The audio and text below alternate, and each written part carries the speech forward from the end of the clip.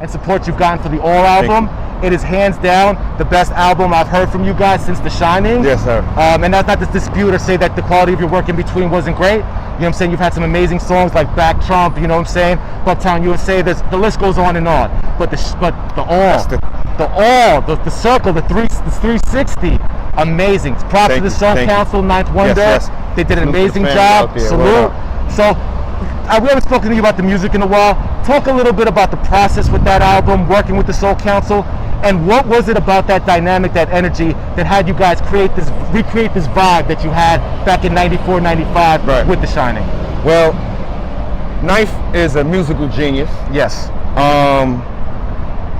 The family that he put together with the Soul Council is chock full of geniuses. Yeah. Eric G, super talent. Crisis, Knots was the last installation. So I mean, all these guys got heavy things under their belt, man.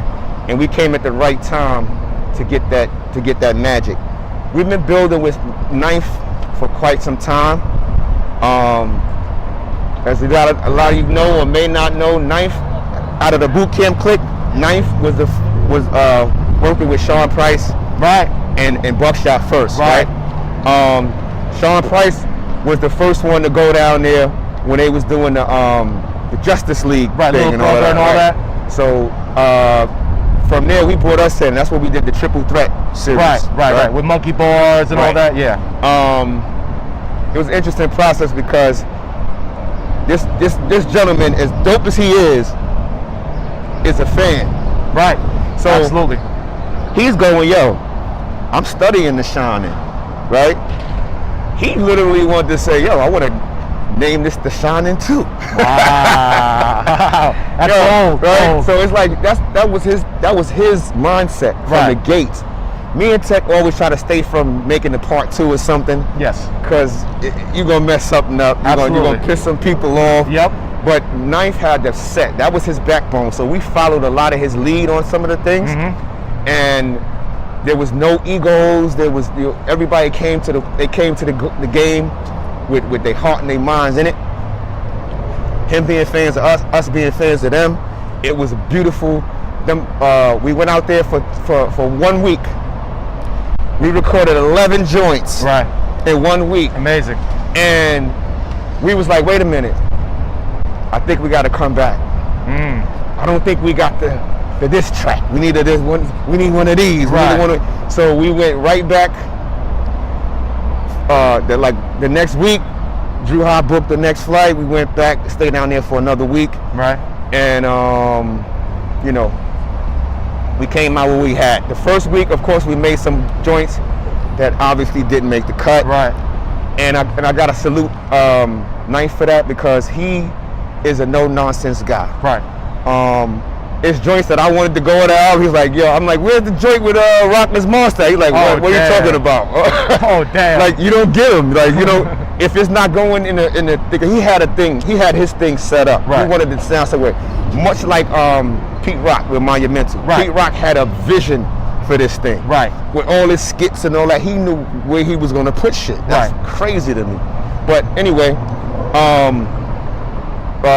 prior to that, hooking up with him was I think Drew Ha had bumped into him at an event. Okay. And Drew gave us a call and said, yo, you guys want to go and work on the next album with Knife? We was like, absolutely. When? He's like, Friday. It was like Thursday, like Wednesday or some shit. So we was like, all right, got to get ready and let's go. We was ready. Jumped on the plane and got there, and it was like Knife wanted to pick us up from the airport. Right. You know what I mean? So we was with these brothers every single day. The whole Soul Council was there with the exception of Knots because he is a BA, obviously. But all the people was in the room, and it was points where we would have like, they would leave us alone. There were points that you come and they like try to get us hyped. So it was much like recording in D&D. Right. The vibe was what we needed. Tech and I needed that shit to really, you know what I mean? So I'm grateful that came out the way it did, man. I'm glad you brought that up, going down there for 2 sessions for a week at a time.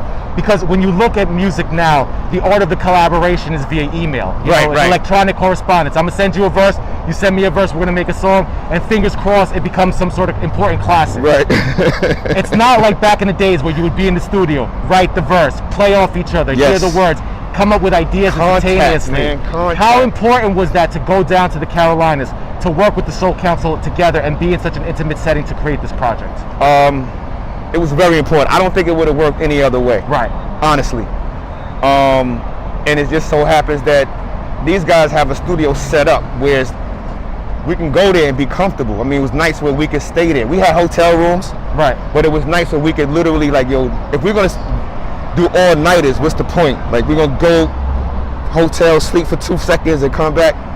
They opened up their house to us, pretty much. Incredible. And I don't think it would have happened any other way. I think that's what you hear when you listen to the stuff. The raps, the beats, yeah, cool, but the fact that we was like that for real, taking smoke breaks with the bros, you know what I'm saying? Because Ninth don't smoke, he don't drink. Right.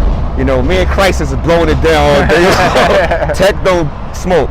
So everybody was able to be in their own comfortable space around each other, which was we needed that. And it was Tech and I had just came from doing probably like 20 shows overseas. We had just got back to the States. Wow. So we had our money was right, but we needed a